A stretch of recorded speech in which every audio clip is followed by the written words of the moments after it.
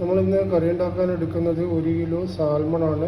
അത് വൃത്തിയായി കഴുകി ഒരു പാത്രത്തിലേക്ക് മാറ്റിയിട്ടുണ്ട്.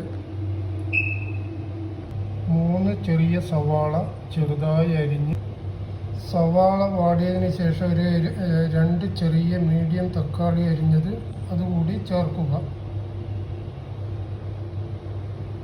വെളുത്തുള്ളി, പച്ചമുളക്, കറിവേപ്പില അതും കൂടി ഇതിലേക്ക് ആഡ് ചെയ്യണം. നന്നായി ചൂടായ സവാളയിലേക്ക് ഒരു 5 അല്ലി കൊടംപുളി ചേർക്കുന്നുണ്ട്. 1 ടീസ്പൂൺ കാശ്മീരി ചില്ലി, 1/2 ടീസ്പൂൺ മഞ്ഞൾപ്പൊടി എന്നിവയും കൂടി ചേർക്കുന്നുണ്ട്. കുറച്ച് ഉലുവ, 2 ജീരകം. ഇതിലേക്ക് 1 കപ്പ് തിളച്ച വെള്ളം, 1 കപ്പ് 1.5 കപ്പ് ഇതിലേക്ക് ഒഴിക്കുക.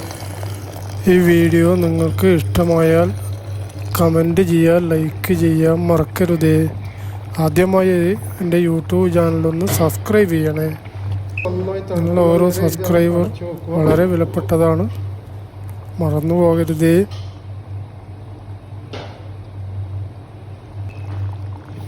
നമ്മുടെ സാൽമൺ ഫിഷ് കറി ഇപ്പോൾ റെഡി ആയിട്ടുണ്ട്. ഒരു 10 മിനിറ്റ് കഴിഞ്ഞാൽ എല്ലാവർക്കും കഴിക്കാം.